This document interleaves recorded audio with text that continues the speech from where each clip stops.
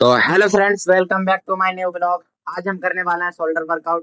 भाई, लास्ट तक बने रहें वीडियो के साथ। और शोल्डर वर्कआउट का एक्सरसाइज लगातार स्टेप बाय स्टेप बताता रहूंगा। तो भाई, मैं और दीपक, तो भाई अब हम करेंगे वर्कआउट अपने भाई के साथ।